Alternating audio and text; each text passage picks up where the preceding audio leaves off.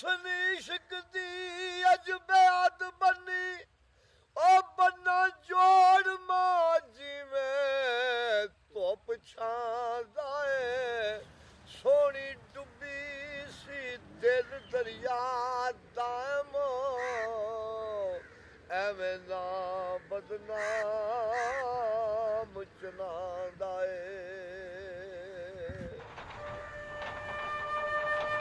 ਰਾਮ ਕੇ ਬਹਿਲਪੁਰ ਸਾਡਾ ਪਿੰਡ ਹੈ। ਜਦੋਂ ਹਿੰਦੁਸਤਾਨ ਤੇ ਪਾਕਿਸਤਾਨ ਇਕੱਠਾ ਸੀ ਨਾ ਇਹ ਉਦੋਂ ਦਾ ਹੀ ਪਿੰਡ ਹੈ ਸਾਡਾ। ਖੂਹਾਂ ਦੀਆਂ ਵਾਹੀਆਂ ਸਨ, ਸਾਦੀ ਜੀ ਜ਼ਿੰਦਗੀ ਸੀ, ਢਗਿਆਂ ਦੀਆਂ ਵਾਹੀਆਂ ਸਨ। ਹੁਣ ਤਾਂ ਮਸ਼ੀਨਰੀ ਦੌਰ ਆ ਗਿਆ ਨਾ। ਹੁਣ ਜੇ ਕਦੇ ਉਹ ਬੰਦੇ ਆਉਣ ਨਾ ਪਿਛਲੇ ਆ ਕੇ ਵੇਖੋ ਤੂੰ ਆਖਣ ਸਾਡਾ ਪਿੰਡ ਨਹੀਂ। ਉਹ ਬਾਬੇ ਨਾਥ ਨੇ ਆਖਿਆ ਨਾ ਵੀ ਸਾਦਾ ਆਦਮੀ ਸਾਦਾ ਜ਼ੁਬਾਨ ਮੇਰੀ ਕਰ ਸਕਦਾ ਹੀ ਸਾਦਾ ਕਲਾਮ ਆ ਮੈਂ। ਅਸੀਂ ਪੰਜਾਬੀ ਹਾਂ, ਸਾਦੀ ਸਾਡੀ ਜ਼ੁਬਾਨ ਹੈ, ਸਾਦੀ ਅਸੀਂ ਗੁਫ਼ਤਗੂ ਕਰਨੇ ਆ।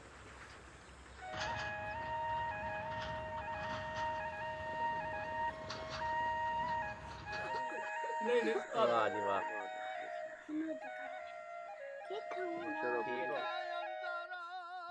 ਮਸ਼ਹੂਰੀ ਤੇ ਹੋਈ ਆ ਨੈੱਟ ਦੇ ਵਿੱਚ ਆ ਕੇ। ਉਸ ਤੋਂ ਪਹਿਲਾਂ ਗਾਉਣ ਵੀ ਬੜੇ ਪੱਕੇ ਸਨ, ਬੜੇ ਵੱਡੇ ਸਨ, ਪਰ ਉਦੋਂ ਇਹ ਕੰਮ ਨਹੀਂ ਸੀ। ਉਦੋਂ ਟੇਪਾਂ ਹੀ ਆ ਸਨ, ਰੀਲਾਂ ਹੀ ਆ ਸਨ, ਉਹ ਰੀਲਾਂ ਹੁਣ ਰਹੀਆਂ ਨਹੀਂ। ਹੁਣ ਨੈੱਟ ਦਾ ਦੌਰ, ਥੋੜ੍ਹੀ ਜਿਹੀ ਗੱਲ ਕਰੋ ਤਾਂ ਕਿਧਰੇ ਦੀ ਕਿਧਰੇ ਟੁੱਟ ਜਾਂਦੀ ਹੈ।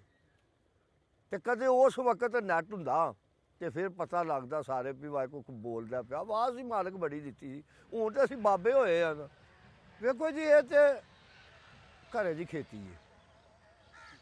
ਜਿਸ ਵੇ ਕੋਈ ਮਹਿਮਾਨ ਆ ਜਾਏ ਨਾ ਫਿਰ ਲਾਜ਼ਮੀ ਕੁਝ ਨਾ ਕੁਝ ਕਰਨਾ ਹੁੰਦਾ। ਅਤੇ ਬਾਕੀ ਆਮ ਰੂਟੀਨ ਵਿੱਚ ਜਿਹੜੇ ਵੇ ਸਮਾਨ ਆਖੇ ਉਸ ਵੇ ਅਸੀਂ ਕੁਝ ਨਾ ਕੁਝ ਬਣਾ ਲੈਂਦੇ ਹਾਂ। ਕਿਹੜਾ ਅਸੀਂ ਕਿੱਧਰੋਂ ਕੋਈ ਲੈਣ ਜਾਣਾ ਹੁੰਦਾ।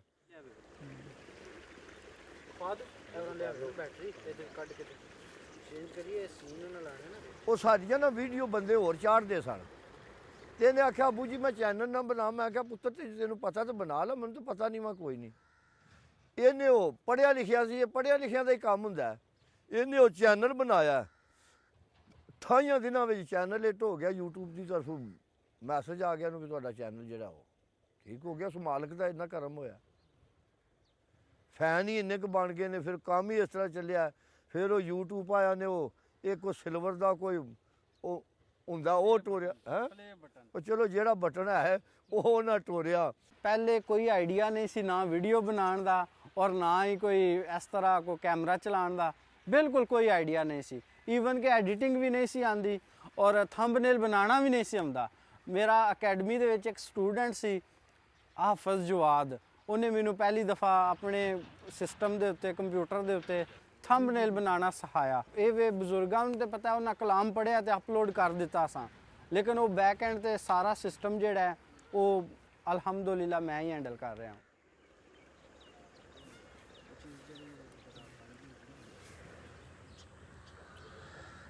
शादी तो बाद होर भी काम तेरे मैं कर सकता हाँ। वैल्डिंग का भी मेरे को डिप्लोमा है, कोई रात में जाच सीखी सी, ड्राइवर भी हाँ सारे काम। लेकिन मैनू पसंद है वाही आ काम सी, अपना प्यो दादे आ काम मैं शुरू किया तो फिर वाही शाही करता रहा। गाने आ काम जिहड़ा बोलने आए को 30 साल हो गए। शादी तो बाद मैं फिर शुरू किया। शौक बचपन का सी, उदों शुगर नाट हो जाना बई फलाने का विआह है तो उत्थे भाई 2-4 जने गाउन होने ने, आप ही मुड़े साथ बजा लेंदे हन, आप ही गाउन लेंदे हन। पैसे की तो गल ही कोई नहीं सी होंदी। तो साडे माहौल ही इस तरह का सी। ਉਂਝ ਕਿਸੇ को जाके शिगिर्दी नहीं की भी हुंदा ना, कोई साल 6 महीने बाद किसी को जाके कोई किया नहीं। ਉਂਝ मालक ने सूझबूझ दी, मतलब कि तुसीं पढ़दे हो तुहाडे नूं वेखना भी किस तरह पढ़दे ने, की करदे ने, विच फिर बह के बोलना। जेकर सेम है ना लिखी जी ਉਹ ਕਿੱਡੀ ਕੇ ਉਹਦੇ ਕੀ ਕੁਝ ਆ ਜਾਂਦਾ।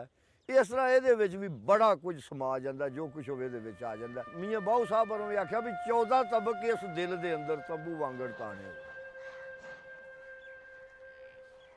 ਜੇ ਮੈਂ ਵੇਖਾਂ ਤੇ ਉਹ ਵੇਖੇ ਨਹੀਂ, ਜੇ ਮੈਂ ਨਾ ਵੇਖਾਂ ਤੇ ਉਹ ਵੇਖੇ। ਕਿੱਥੋਂ ਐਡੀ किस्मत लियावा ओ मेरे वेखण दे विच वेखे।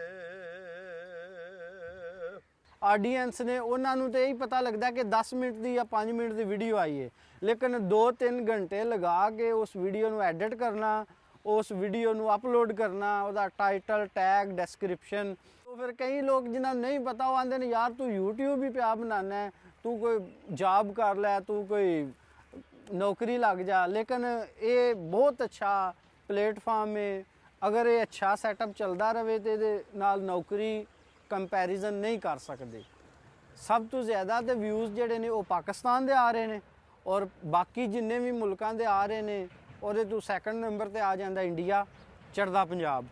ਉੱਥੋਂ ਬਹੁਤ ਜ਼ਿਆਦਾ ਫਾਲੋਅਰ ਨੇ, ਬਹੁਤ ਜ਼ਿਆਦਾ ਕਮੈਂਟਸ ਵੀ ਆਉਂਦੇ ਨੇ। ਚੜ੍ਹਦੇ ਪੰਜਾਬ ਵਾਲੇ ਨੇ ਜਿਹੜੇ ਸਿੱਖ ਨੇ, ਕਿਉਂਕਿ ਅਸੀਂ ਇੱਕੀ ਦੂਜੇ ਦੇ ਵਿੱਚੋਂ ਆ, ਉਹਨਾਂ ਨੂੰ ਪੰਜਾਬੀ ਬੜੀ ਪਿਆਰੀ ਲੱਗਦੀ ਏ, ਮੁਲਾਕਾਤਾਂ ਵੀ ਹੁੰਦੀਆਂ ਨੇ।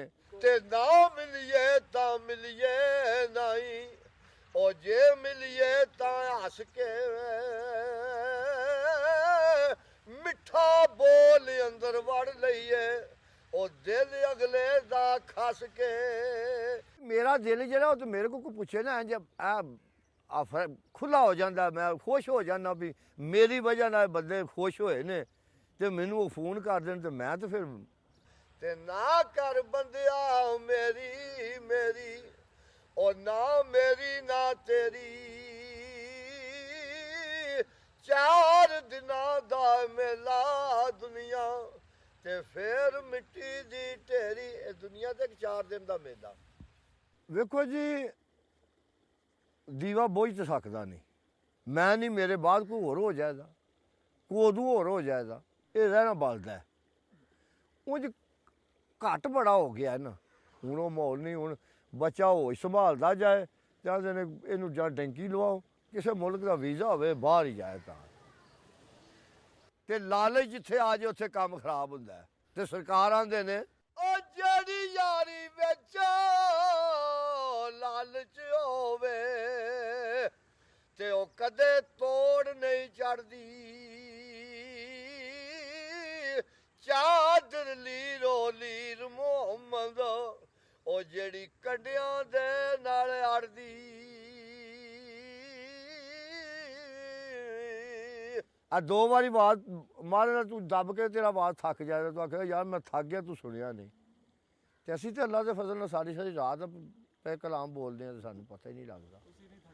ਨਾ ਨਾ ਨਾ, ਅਸੀਂ ਨਹੀਂ ਥੱਕਦੇ। ਫਰਿਆਦ ਲੋਹਾਰ ਸੀ ਤੇ ਸ਼ੀਰੀ ਜਿਹੜੀ ਸੀ ਬਾਦਸ਼ਾਹ ਦੀ ਬੇਟੀ ਸੀ, ਤੇ ਉਹਨਾਂ ਡਿਮਾਂਡ ਕੀਤੀ, ਉਹਨਾਂ ਆਖਿਆ ਵੀ ਇਹ ਪਹਾੜਾਂ ਦੇ ਵਿੱਚੋਂ ਨਹਿਰ ਕੱਢ ਕੇ ਲਿਆਵੇਂ ਤਾਂ। ਤੇ ਉਹ ਤੇਸੀ ਲਾ ਕੇ ਤੇ ਲੱਗ ਪਿਆ ਪਹਾੜ ਨੂੰ ਖੋਤਰਨ। ਤੇ ਕਿਸੇ ਪੁੱਛਿਆ ਕੀ ਪਿਆ ਕਰਨਾ, ਉਹਨੇ ਆਖਿਆ ਨਹਿਰ ਕੱਢਣਾ। ਤੇ ਉਹਨੇ ਆਖਿਆ ਪਹਾੜ ਵੀ ਕਦੇ ਕੱਟੇ ਗਏ ਨੇ। ਤੇ ਉਹਨੇ ਆਖਿਆ ਆਸ਼ਿਕ ਵੀ ਕਦੇ ਥੱਕੇ ਨੇ, ਆਸ਼ਿਕ ਨਹੀਂ ਥੱਕਦੇ।